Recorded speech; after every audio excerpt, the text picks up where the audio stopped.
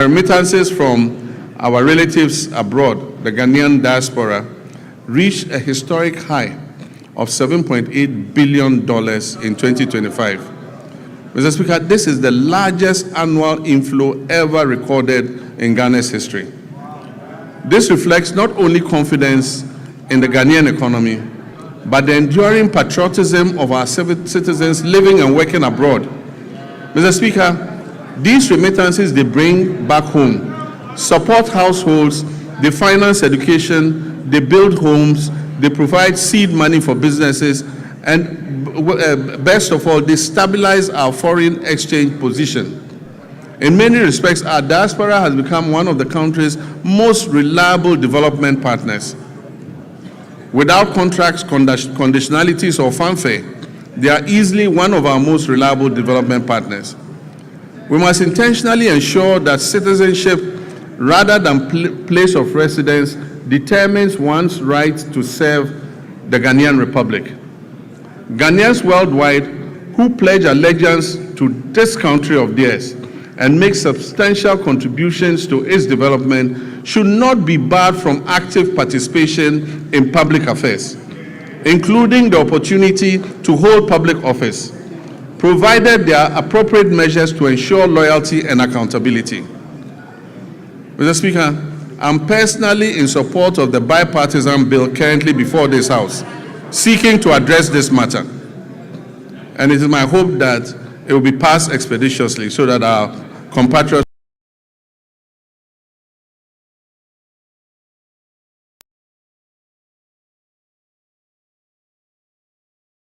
we're trying to achieve. We're implementing many policies to develop our youth capacity and to create as many jobs as possible to address the major unemployment problem. All our youth activities and job creation programs are ongoing. In 2025, 10,887 young people were trained in entrepreneurship programs and job creation under the Ejumawura program. In 2026, an additional 10,000 young people will receive similar support under the program. The National Apprenticeship Program onboarded 14,000 young apprentices during the pilot phase, and they have started receiving their start-up kits after passing out successfully. Training is ongoing across the regions, and when completed, the trainees will be certified by the Commission for TVET to facilitate their access to employment. Mr. Speaker, this year the target for the National Apprenticeship Program has been increased from 10,000 to 100,000 young people, offering many more young people the opportunity to acquire the skills needed for sustainable development. And as I said, when they pass out, they are giving a certificate by TVET to show that they have passed out and have the skill in whatever they learned. In 2025, 86,000 young people were engaged through the Youth Employment Agency, various employment modules under this agency. This year, I've directed the Ministry of Youth Development and Empowerment as a matter of urgency to review all the youth employment modules under the YEA to reduce duplication and ensure value for money. This is important so that we can channel the resources to the advantage of the teeming youth who are waiting for opportunity. Mr. Speaker, the National Service Authority has signed an MOU with the Ministry of Defense to commence military training for 10,000 national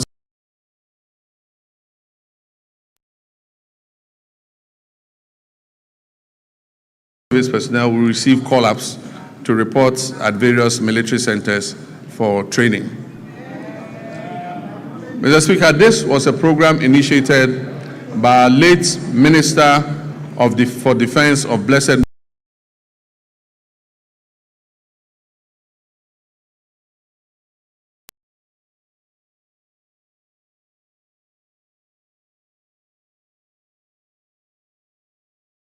benefit of the personnel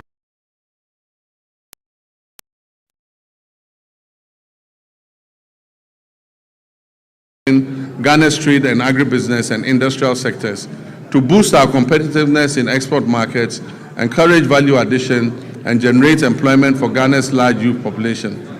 My recent visits with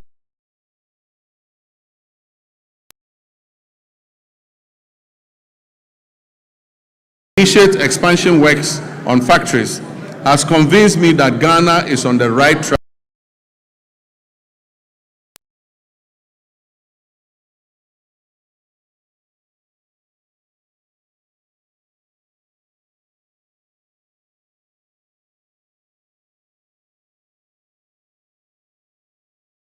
First step, we are collaborating with private sector to establish 3 new garment factories in Eastern Region, Central Region, and Bono East Region. This will create an estimated 27,000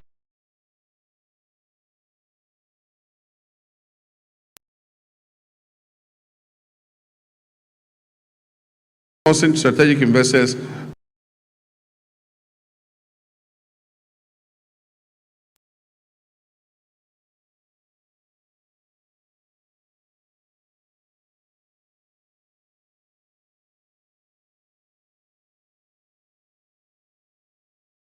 a 27.04% growth in 2025.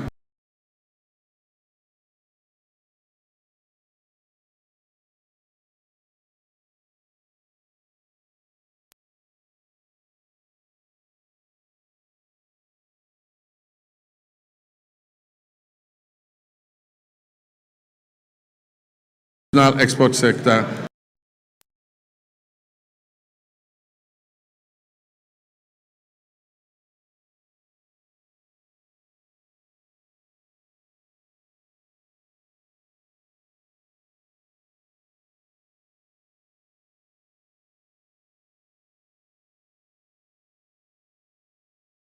Of the overall 33.8% of industry's share of gross domestic product in 2025. It emerged as the leading contributor within the industrial sector. The sector generated export earnings of approximately 15.25 billion, accounting for 65.37% of Ghana's total export receipts, out of a total of 23.3 billion. Mr. Speaker, the abolition of value-added tax on mineral exploration activities is expected to significantly reduce upfront costs for investors, improve project economics, and stimulate increased greenfield and brownfield explorations across the country. The fight against galamsey remains complex and demands a multi-dimensional response that integrates strong enforcement, the application of technology, sound regulation, and active community participation. The Ministry of Lands and Natural Resources, in collaboration with the Ministry of Transport and Ghana Revenue Authority and the Ministry of Finance, has registered 1,808 pieces of earth-moving equipment at the ports, of which 1,033 have been fitted with trackers and are being tracked. The protection of our water bodies and forest reserves is ongoing with the deployment of 1,634 blue water guards across Western North Savannah, Upper West, Bono, Eastern, Ashanti, Central, Volta, and Northern regions. This nationwide deployment aims to strengthen surveillance, improve rapid response, and enhance on-the-ground enforcement against illegal mining activities that threaten critical water bodies, forest ecosystems, and livelihoods. Mr. Speaker, NIMOS will maintain regular coordinated operations across all 21 identified hotspots to prevent re-entry of illegal miners into these reserves. While temporary deployments yielded positive results, they proved insufficient for sustained enforcement. Mr. Speaker, in the works housing and water subsector, these are vital pillars of Ghana's national development, shaping sustainable livelihoods through reliable water supply and affordable housing that enhance citizens' well-being. Sea defense works are ongoing. We've successfully completed works at Komenda, Ningo Pram, and Elmina. Together, these 3 projects have protected approximately 15 kilometers of our coastline and safeguarded lives and livelihoods and property. In March 2025, I visited Solakope, Agaveji, and Amutinu in the Ketu South municipality, where tidal waves had displaced thousands of residents. We made a firm commitment to address the devastation. Mr. Speaker, through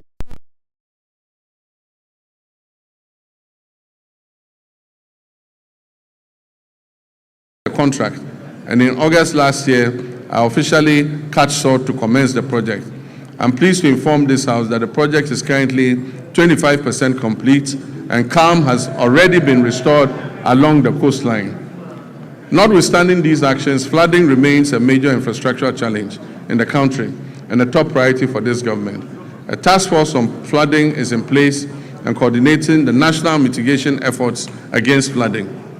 Ghana continues to grapple with housing deficit, currently estimated at over 1.8 million units. Some significant strides have been made in the housing sector. In line with government's earlier commitments to complete all ongoing housing initiatives, we have successfully concluded the joint venture arrangement which we inherited for the completion of the Saglemi housing project. The Attorney General is reviewing all related documentation to finalize and commence the project. When these projects are finished, it will increase the number of housing stock available. The TDC in Ghana is also steadily advancing work on 800 housing units under the Akpong Affordable Housing Project at Tema Community 26. To position TDC Ghana as a key player in Ghana's housing industry, I performed a sword cutting ceremony last year for what they call the Oxygen City Housing Project in Ho of all places. That project seeks to address Ghana's housing deficit by developing 1,000 affordable housing units. We've also continued with our resettlement housing efforts for the victims of the Akosombo Dam spillage, with 251 of the planned 1,010 housing units in critical housing zones already under construction. Collectively, these initiatives demonstrate government's continued resolve to expand access to affordable housing, strengthen urban planning, and provide relief to affected communities. Mr. Speaker, renewable water resources are estimated at about 54 billion cubic meters, with over 70% derived from the Volta River, which is shared among 6 riparian nations. We're implementing key interventions to expand and improve water services nationwide. So the following urban water supply projects are at various stages of completion: the Keta Water Works, the Winchi Water Supply Project, Sakandita Krade Water Supply Project. And I'm happy to announce that Anyako has good, clean drinking water today, and the Community Water and Sanitation Agency will commission the project next week. It will also serve the island community of Seva.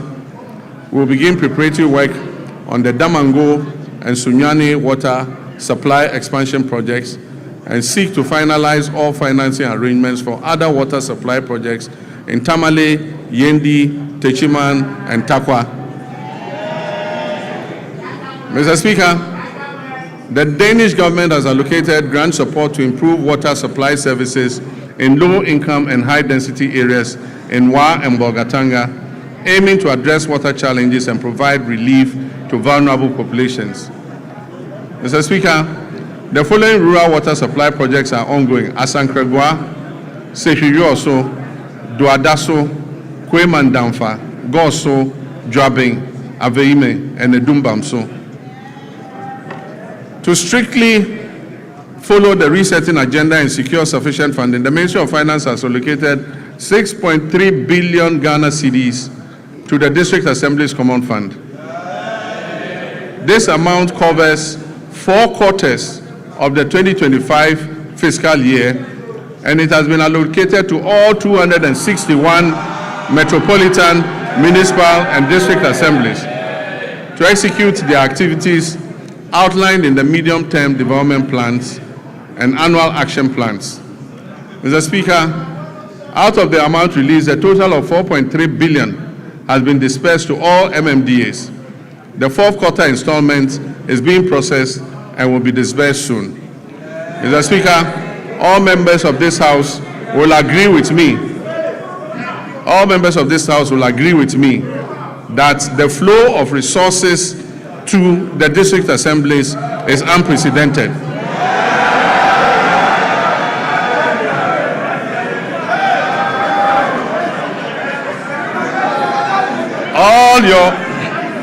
All your assemblies are receiving more money than they've ever received in several years. Mr. Speaker, in fulfillment of government's commitment to strengthening local governance and decentralization, the ministry has, for the first time in the history of local governance, disbursed a total of 100 million Ghana cedis in monthly allowances to all assembly members. Unprecedented, assembly members have received their allowances. The Ministry of Local Government, Chieftaincy and Religious Affairs has also finalized designs for the new 24-hour economy modern markets. to be constructed in all metropolitan, municipal, and district assemblies. Mr. Speaker, procurement processes are far advanced to commence the construction of these markets, and very soon, in all your district, honorable members, you will have a 24-hour market operational. Mr. Speaker, our tourism and creative arts sector has a lot to offer. Creatives using the new media are giving our nation greater prominence than we could have achieved through any first-class traditional media outlet. Our economy will not be built only by traditional sectors, but also by human creativity sectors that will absorb those people who will be displaced from the shop floor by the new AI technologies that are being rolled out. Ghana has become a favorite tourist destination because of our history, culture, our arts, our music, our fashion, and our food. Government has allocated 20 million Ghana cedis to the film sector alone. This is going to the film sector to support Kumawood and Gollywood and all the woods. Mr. Speaker, another 20 million cedis has been given for the other creative sectors. I believe that this injection of money will bolster our creative sectors. Mr. Speaker, I wish to assure the creative industry and the Ministry of Tourism that I'll be your personal ambassador. Mr. Speaker, in line with our new national efforts to bring events and conferences to Ghana, we are going to undertake the refurbishment of the Accra International Conference Center to restore it to its iconic past as the country's national and international events and conference venue. Mr. Speaker, the original contractors of the center, Enego Project Ghana Limited, have conducted a structural integrity assessment at the request of the Office of Chief of Staff and made recommendations for the facilities renovation and refurbishment. They will commence this work in the next few weeks. But Mr. Speaker, the AICC is not enough for a country seeking to develop its creative sector and become West Africa's destination for meetings, conferences, musical concerts, and entertainment. So working with the private sector, work will also commence this year on a befitting convention and creative events center to position Ghana as West Africa's leading hub for meetings, incentives, conferences, and exhibitions and creative events. Ghana will also begin this year the renovation of the State Banquet Hall, which has been closed for a couple of years. Mr. Speaker, this year we will strengthen Ghana's standing in the major global and continental sporting events. We will make our 5th FIFA World Cup appearance. And for us, this is an opportunity to boost national branding and the economy beyond just sports. Mr. Speaker, supporters and other people interested in going to support the team would have to submit a visa request to the American Embassy.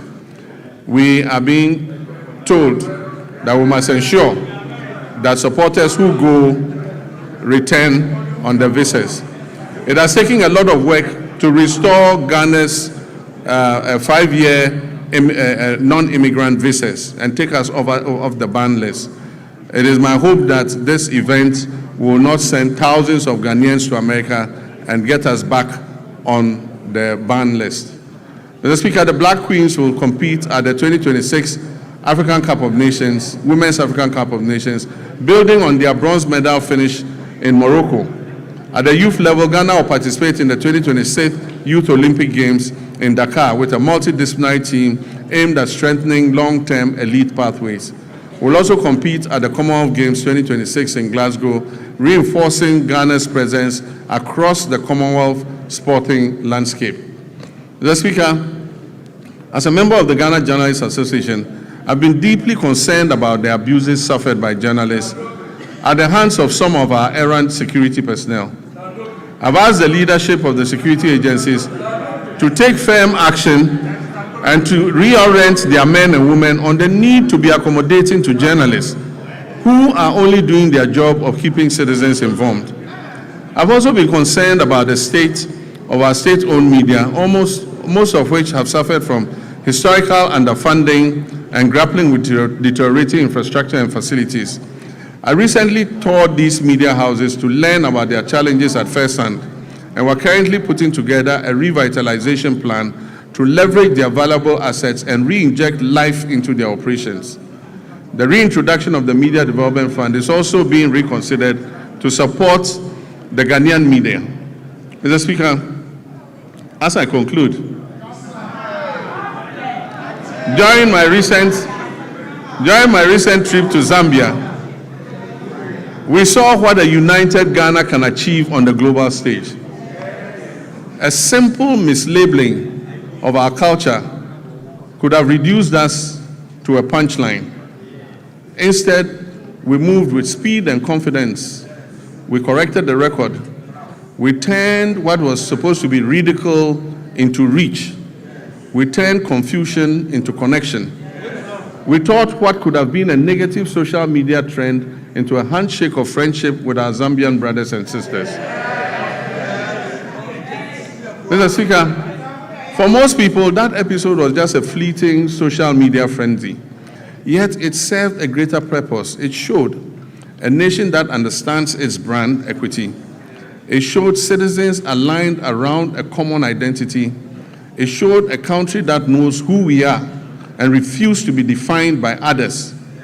But let us be honest, unity in moments of cultural pride has proved easier than unity in moments of political disagreement.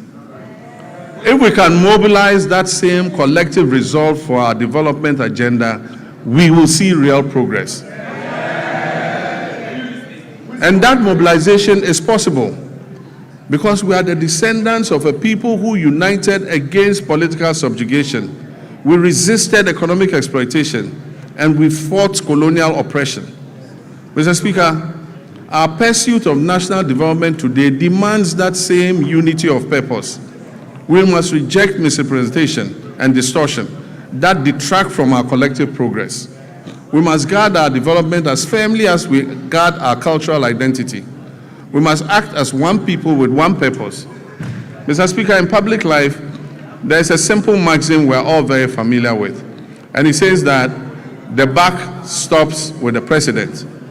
Mr. Speaker, I not only agree with this. Every day I hold office of president, I live by that statement that the buck stops with me. The ultimate responsibility for the direction of this nation rests with the office that I hold, and I'll never shirk that duty. But nation building is not merely a question of who provides the strategic direction and who bears the final responsibility. It is a long chain of efforts that carries intent into reality, from policy conception to laws enacted, to resources mobilized, to services delivered, to value created on farms, in workshops, in classrooms, in markets, and in enterprises across our land. Mr. Speaker, it is here that the strength of a people reveals itself. It is in the countless acts of competence, integrity, and industry by citizens of every calling whose work turns national purpose into lived reality. Mr. Speaker, while the bulk may stop with me, the work of nation building goes beyond that. Through the labor, enterprise, and civic spirit of millions of Ghanaians whose daily efforts give policy life. Mr. Speaker, I will continue to carry the weight of final accountability. And I ask in equal measure that our citizens bring their full measure of energy, skills, and patriotism to the common task of advancing our country. That is how nations are built. That is how economies grow. No policy can substitute for civic duty. No program can replace the quiet discipline with which millions of Ghanaians sustain their families, serve their communities, and carry this republic forward each day. Mr. Speaker, we are sometimes tempted to judge our nation only by our failures and our difficulties. But the country is not defined solely by its difficulties. It is defined by the choices its people make in response to those difficulties. Repeatedly through our history, Ghanaians have chosen steadiness over despair, cooperation over division, and purpose over cynicism. That is the deeper strength on which our future rests. We faced testy moments before, and we have overcome them. We've gone periods of economic strain, transitions that have demanded much from our citizens and our public servants alike. And Mr. Speaker, there's an African proverb that says, however long the night is, the dawn will break. Mr. Speaker, the dawn is breaking for Ghana. The moment we are in requires not only endurance but also action. It reminds us that renewal belongs to those who prepare for the morning while others still speak of and look back at the darkness. For Ghana today, that dawn is not a promise we must recite. It is a reality we must build into our institutions, into our economy, and in the ethics of responsibility we pass on to the next generation. So let us live each day mindful that the Republic is larger than any one political party, any office, any individual. This Republic belongs equally to the farmer, the trader, the teacher, the nurse, the artisan, the entrepreneur, the parliamentarian, and the young citizen, and the elderly retired personnel. Mr. Speaker, each of these people has a stake in our nation, and each one has a duty. Each has a claim on the future we're shaping together. Mr. Speaker, nations endure not because they are spared trial, but because their people refuse to surrender to trial. Ghana has been tested before. We did not surrender. We will not surrender now. And so with gratitude for how far we have come, and with the resolve for the work ahead, I say, Mr. Speaker, the state of our nation is resilient, the state of our nation is renewing, and our nation is firmly in the hands of its people. Our nation is on the brink of takeoff, and so ladies and gentlemen, passengers, fasten your seatbelts. I thank you for your attention.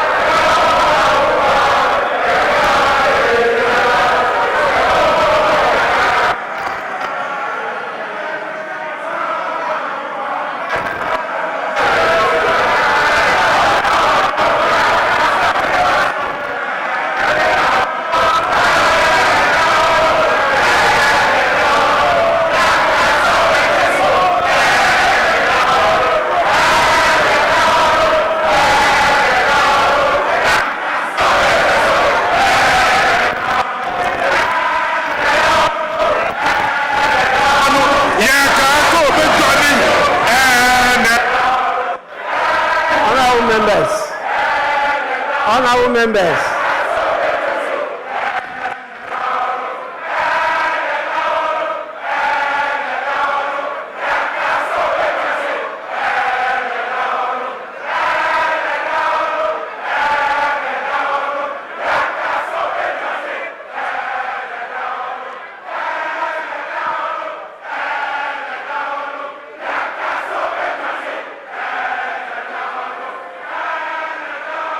Honorable members.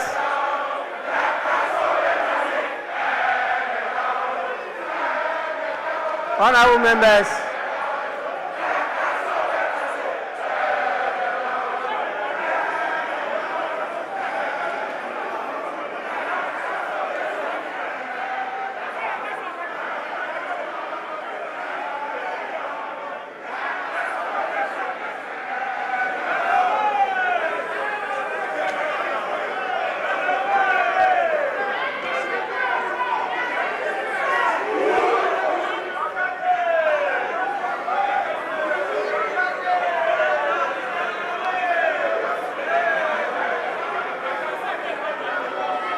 Honorable members, please. Honorable members,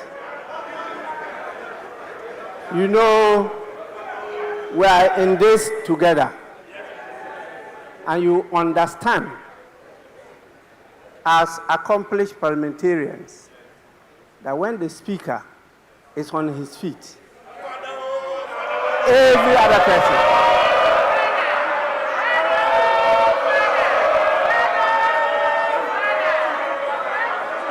please, you don't only resume your seats, but you also keep silent. Honorable members, before I convey the gratitude of the House to His Excellency the President for the message, permit me to acknowledge some more senior patriots who are with us here today.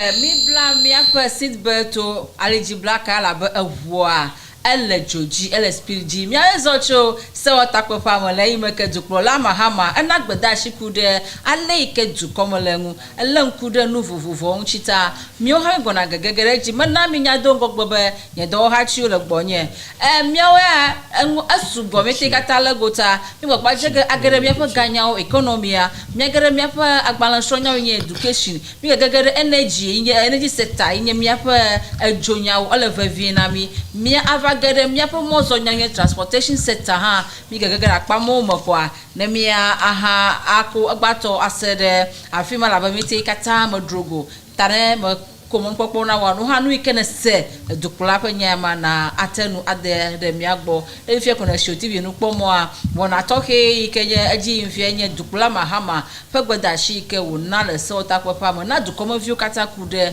ale ike dukomo lengu enye doda shi ike duko ya peduli se nye pakwere kalofa sheke bla sheke vova akode ashina dukula re share de kanu jijibe wa awo beduma view na nye nu ike ji nye akontana na kude aleke dukoji tamagare nya do ha chi ojibe mia alen kude nuyo ho se kude enya ya o ke dupla baglo wa anamanya kwa fodo via kle fo shine leke ndo nami Mama ndo no over ability associate with countrymen and women speed no ga bobu I want to never o moye dom ta ale mo Jesus roga wa first speeder na me kaza ka ya ga no ga ya ko ga bo ma hlan ayo gbe ya kunya ku je driver ale mi ade je cha no yo nya ta o ga wa nya ga ro mi blood ta ko sesie mazoku ga I got a blood tap was a same as Okuga.